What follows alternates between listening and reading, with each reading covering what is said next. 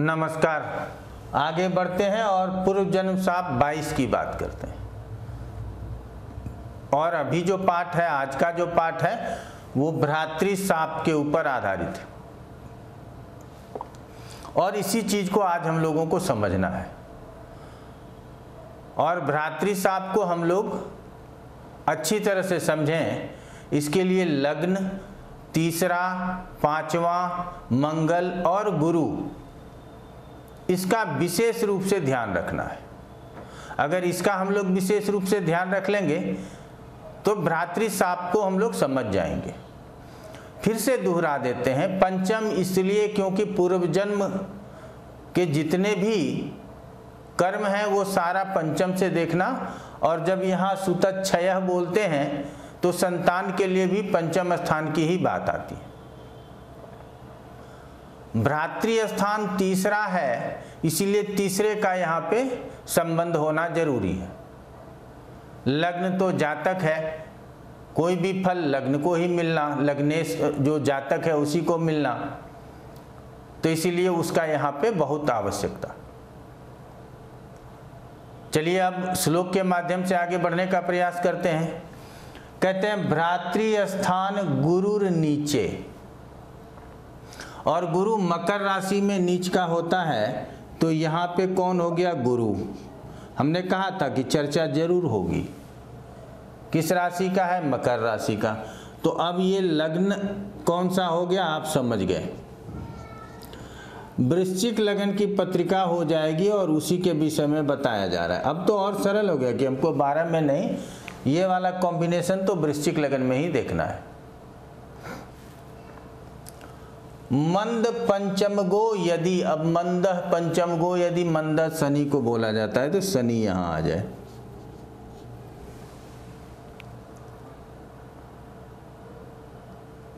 ये भी हम लोगों को समझ में आ गया। अब इसको और अच्छी तरह से समझ लें कि यहां गुरु आया, गुरु कहां का स्वामी था? पंचम का। और यहां शनि आया, शनि कहां का स्वामी है? तीसरे का। तो तीसरे और पांचवें में एक्सचेंज हो गया, लेकिन ये अच्छा नहीं हुआ ना, क्योंकि तीसरे स्थान को तो अशुभ स्थान भी कहते हैं। ये आपको हर जगह काम आएगा, इसको ध्यान में रखिएगा। तो यहां शनि यहां पहुंच गया और गुरु वहां पहुंच गया। चलिए आगे बढ़ लेते हैं। मंदः पंचम गो यदि नास स्थाने तू चंद्रारव, चंद्रारव का आरव का मतलब यहाँ क्या है? आरव मतलब मंगल, जैसे भौम बोलते हैं वैसे आरव भी उसको बोलते हैं। तो नास स्थान में यहाँ मंगल और चंद्रमा प्लस चंद्रमा हो, ये आप लोगों को समझना है। तब कहता है भ्रातृ सापात सुतच्छयः, तो ये क्लियर हो गया। और मंगल भी आ गया, आप देख लीजिए पांचों में से इसमें लग्न की चर्चा नहीं हुई, लेकिन लग्नेश कौन है? मंगल है। ये आपको बहुत कुछ ऐसा है, एक श्लोकों की व्याख्या आप कितने अच्छी तरह से समझते हैं, इसके लिए आपको हमेशा अपना दिमाग खुला रखना पड़ेगा और ध्यान रखना पड़ेगा कि क्या क्या यहाँ बोला जा रहा है, किस किस स्थान के संदर्भ में बोला जा रहा है, किस किस ग्रह के संदर्भ में बोला जा रहा है, और उन ग्रह और उस स्थानों से हम क्या क्या चीज समझ सकते हैं। तो यहाँ लग्न की भी चर्चा हो गई। देखिए लग्नेश कहाँ आ गया? अष्टम में, और साथ में चंद्रारव अर्थात चंद्रमा और मंगल, तो लग्नेश आ गया अष्टम में और नवमेश आ गया अष्टम में। अब ये तो आपके समझने के लिए बड़े आराम से आप इस चीज को समझ सकते हैं, पत्रिका विश्लेषण में भी आपके काम आएगा। अब ये शनि, शनि तृतीयेश कहाँ आ गया? पंचम में, और यहाँ पे न लग्नेश अच्छे पोजीशन में है, न नवमेश अच्छे पोजीशन में है, और तृतीयेश कौन है? गुरु है। इसका भी तीसरा छठा 11वें को अलग कर दिया जाए तो तीसरा छठा जाना अच्छा नहीं, क्योंकि एक शुभ ग्रह है, अशुभ स्थान में जाते हैं तो बहुत अच्छा नहीं फल कर पाते। तो ये आप लोगों के समझ में आ गया होगा।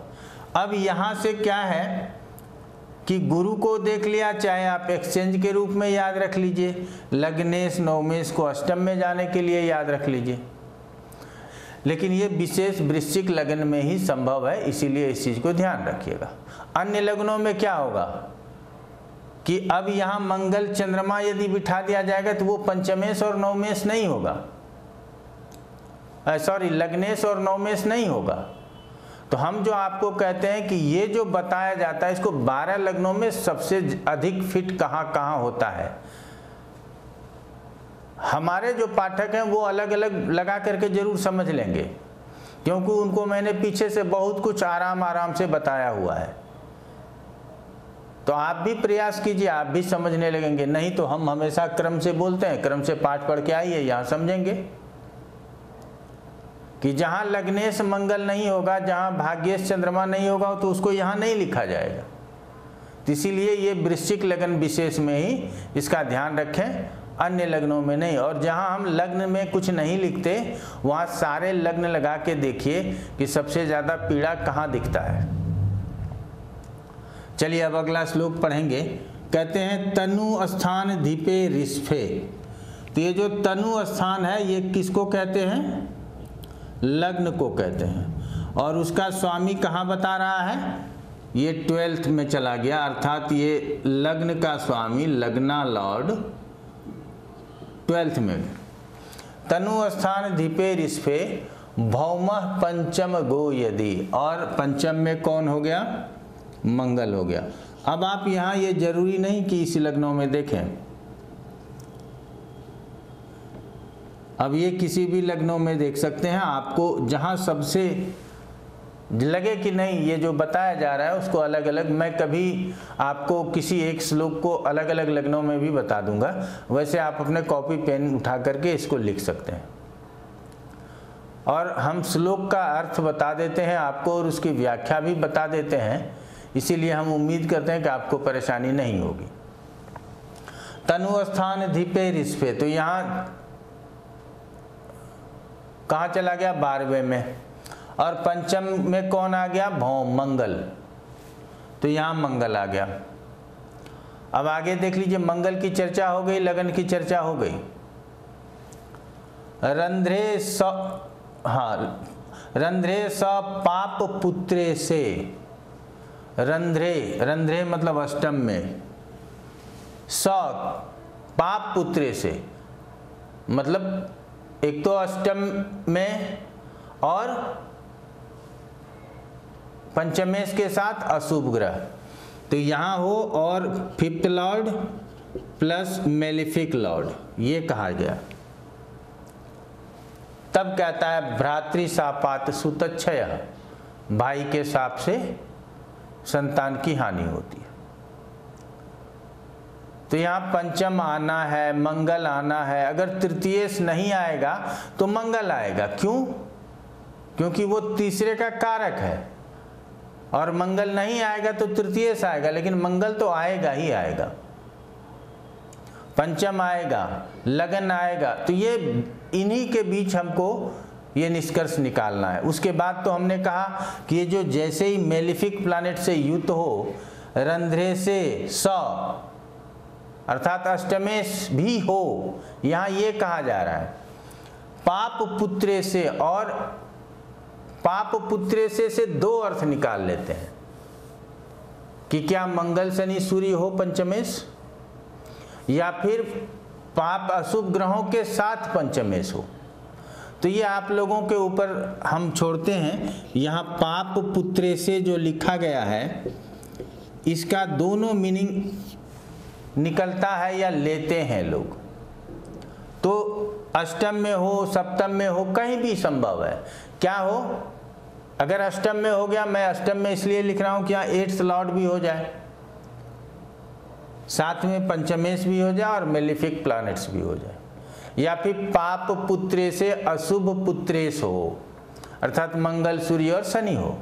राहु केतु को तो स्वामित्व नहीं, और या नहीं तो अशुभ रंध्रे, 100 का मतलब है कि रंध्र के साथ, अष्टम के साथ। भ्रातृशापात सुतच्छय, भाई के शाप से संतान की हानि होती है। तो इन सभी विषयों को बड़े आराम से समझिए। अच्छा, अच्छी बात क्या है कि कुछ कंजंक्शन के फल भी आपके दिमाग में समझ में आएगा। कुछ बुरे प्लेसमेंट जो पोस्टेड हैं ग्रह वो अच्छे नहीं हैं, ये भी समझ में आएगा कि यहाँ लग्नेश अष्टम में बता रहा है, पंचमेश 12वें में बता रहा है, मंगल शनि के साथ बता रहा है। लोग बोल देते हैं तीसरे के साथ पंचम का अगर एक्सचेंज हो जाए तो बड़ा पराक्रमी हो जाएगा। वो ठीक है, लेकिन और क्या हानि होगा ये भी समझना है। हर योग लाभ नहीं देता, बहुत लाभ देने के साथ हानि देने की भी संभावना होती है।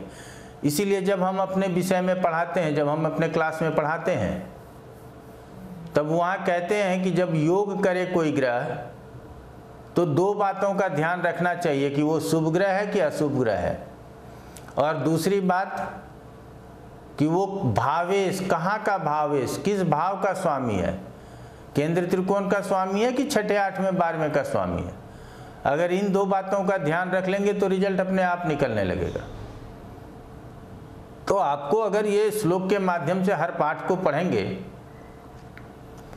तो फलित ज्योतिष में और मास्टर बनेंगे। तो इसीलिए लगातार क्रम से पाठ पढ़ते रहिए, आपको लाभ होगा।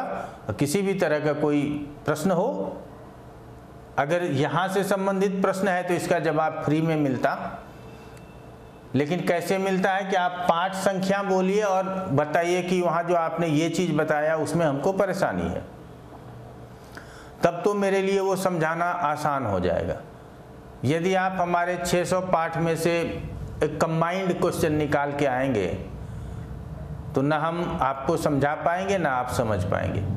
इसीलिए पाठ से संबंधित परेशानी कमेंट में भी लिख सकते हैं। जवाब नहीं मिला आपको, किसी वजह से 2 दिन 4 दिन हम नहीं देख पाए या नहीं देख सकते हैं समयाभाव में, तो आप मेल कर दीजिए, उस पर जवाब दे देंगे, व्हाट्सएप कर दीजिए, वहाँ भी जवाब दे देंगे। लेकिन यदि आप अच्छी तरह से पढ़ेंगे, हमको पता है कि कौन प्रश्न करता है और किसको जवाब देना और किस तरह के प्रश्न आते हैं। तो इसीलिए आप निश्चिंत रहें, जो ईमानदारी के साथ पढ़ रहे हैं और प्रश्न कर रहे हैं उनको जवाब देते हैं और बहुत अच्छा जवाब देते हैं, ये आप लोगों को पता है। तो कभी भी आप प्रश्न कर सकते हैं। आज इतना ही। आप लोगों का बहुत बहुत धन्यवाद।